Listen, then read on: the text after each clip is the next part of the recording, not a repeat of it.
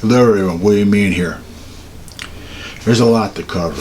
I don't know if I'll be able to cover all this, but I'm going to break it down best I can. If you like this video, give me a thumbs up. I'm curious about the Democratic Party.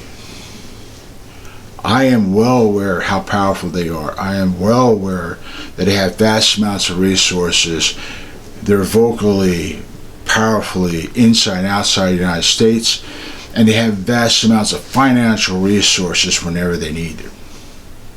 The Republican Party are not as powerful. In fact, I think they only got half of what they did. And here's the thing, many Republicans will sign on to the Democrats when they need to. With that said, my major question to is how much power does one need not to be a political party, but to be the ruling factor or the government? It seems that Democrats do not listen to the Constitution nor to the people, only to those who pad their pockets and their bank accounts and keeps them in power. Jim Jordan and his hearings are uncovering a lot of things, but to me, it doesn't seem like it'll do anything because the Democrats hold control. You think these people will go to jail, courts, or whatever? No, because the Democrats hold control. They hold the DOJ, they hold the FBI, they hold CIA, they hold a whole list of upper government, plus they're trying to control law enforcement and the military.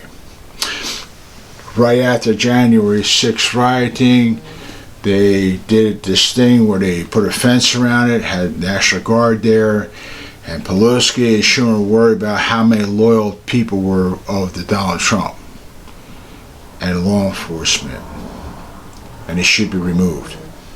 Well, that's purging. But let's go to a point here where, again, I also look into these hearings, which they're also illegal or unconstitutional. The invasion of Mar-a-Lago, again, that's all, political. The same thing that Putin would do to his rival, or CCP would do to his rival, or Venezuela would do to their rival, is the same thing that we're doing here. But again, the hearings to me are going to do nothing. But let's go from that for a little bit. I want to go away from that. My main thing here is the Democrat Party itself. You never hear of a rhino Democrat. Never. You might have one or two Democrats that might switch sides, but never heard of a rhino Democrat. Rhino Republicans are all over the place. They're the ones who even hated Donald Trump too. And that's another thing. Then you will have the shot. You must take the shot. You will have a card. Which means, again, it's unconstitutional. Lockdowns, unconstitutional. Putting businesses out, unconstitutional. No other investigations, unconstitutional.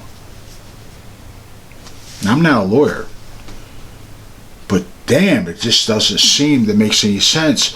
And then we fast focus into the day where we're talking about where he stood in front of Independence Hall, and then he turned around and had this red backdrop with two Marines on each side, and he talked about, in my mind, separation or division, or I would say a lot deeper than that, but where one side will destroy democracy. We want you to focus on that one side because that side is here to destroy America. So if you supported the Republican Party or you supported Donald Trump, wherever it may be, or anyone in the Republican Party, you're a racist, you're this, you're that. But here's the thing. There are many black Americans, or Asian Americans, there's Latino Americans, Indian Americans, Native Indian Americans. There is completely a whole assortment of Americans here. when you make these statements, people let me question it. But let's go upon that point now. We talk about F-18s and cruise missiles, and ironically, you need that to defend yourself against tyrannical government. Why would you want to make a statement like that? Why would you really want to make a statement at that point? When the Constitution is very clear, the founders wrote this because they knew someday you would have to deal with a problem like this. Why would you write that? Why would you make that statement? Then we go into something else here. Then we go into this more red flag laws, more background checks. Red flag laws basically, and the more deeper they go, are destroying the Bill of Rights. Your freedom of speech, your second, your third, all your amendments. Then turn around and tells you no amendment is absolute. So that's why you're attacking the First Amendment. That's why you're controlling the media. Interesting, isn't it? All these school shootings, people like me have been screaming there's ways that we could deal with this problem, but you know you don't want to do that. You'd rather send our money to some country that hates us. And you want to turn around and tell us that we're a threat just because we obey the laws. But you're not satisfied with it, so you want more. So we obey that law. Then you want more. We try to go with you. You want more. Now these Democrat-controlled states thumb their nose up at the Supreme Court because of Brunner. Well, actually, we've always had these rights. It's just that you didn't want to obey them. Now you still don't want to obey them, and it proves his point because Supreme Court told you, and you're thumbing your nose at the Supreme Court. Now, lawlessness starts at the very upper tops of government, and it filters its way down to your states, your counties, and your districts. So these judges, I don't know how that would work, but if you can sit there and tell the Supreme Court you're not going to obey, but they're going to tell you you need to obey our laws, how do we deal with that when we have this Constitution that tells us differently? What gives you the power or authority to do that? You're just a political party. Or are you? Have you decided to, I guess the Democrats have decided that they will take up government, for they are now declare themselves government. And they can set the laws. They can dictate. They control the states. We set one set of laws. We set the principle. The states will follow it. Don't worry about the Supreme Court. We will back you up. Don't worry about the people. Then we're going to tell the people, hey, you need to buy electric cars. That's the order. You will obey. I don't know how all that works out, but then you need to get rid of your gas stoves, your electric your gas hot water heaters. You need to get rid of your oil furnaces, and everything has to be electric. We order it. You will obey. There's something really not good here. Government does not dictate. Government is supposed to represent. When government starts to turn around and demand you will obey, that takes me right back to Obama's speech that he did in Europe. And it's interesting because it seems to follow in line here. We work for generations to build. Ordinary men and women are too small-minded to make decisions themselves. Order and progress can only come to those who surrender their rights to an all-powerful sovereign. So in other words, you're not smart enough, we are, we'll tell you what you need. Order is to obey, progress you will produce. And you will surrender your rights to us. Or eventually, I guess we're going to take them from you. This is what bothers me every day, because when you hear these goofy laws they put out and people are getting killed all over the place, and it's not because of the firearm, it's because of complete political power grab, and they want the people, I guess in my opinion, see it. So the more you see of this, the more you'll beg me to do something for it. But you've got to give me something here. You've got to give me something, and I will provide for you what you need. You want to stop mass shootings?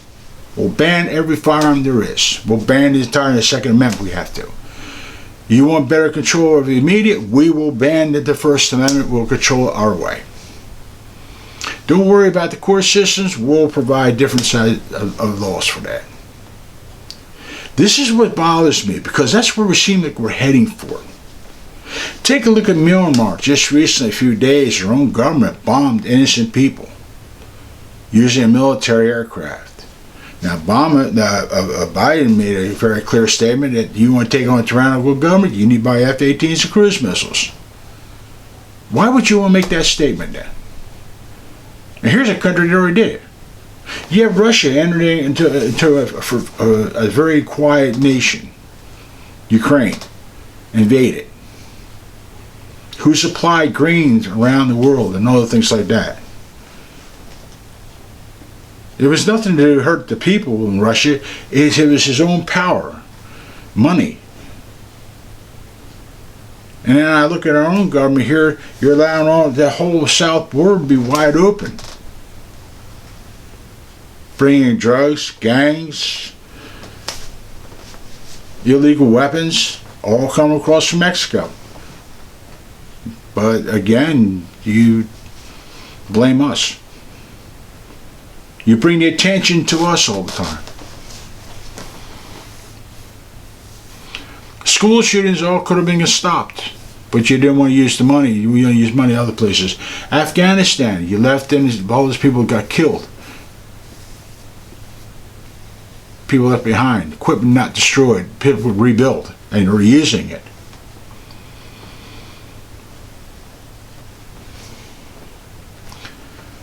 I can go on, but there's so much to cover. But my main concern is the power the Democrat Party has, and how much of it they're willing to use. And it seems that there's endless. It seems that they've decided that we're the government. You don't hear anything about Rhino Democrats, but you do hear a lot about Rhino Republicans, because they'll sign anything that they is put in front of them.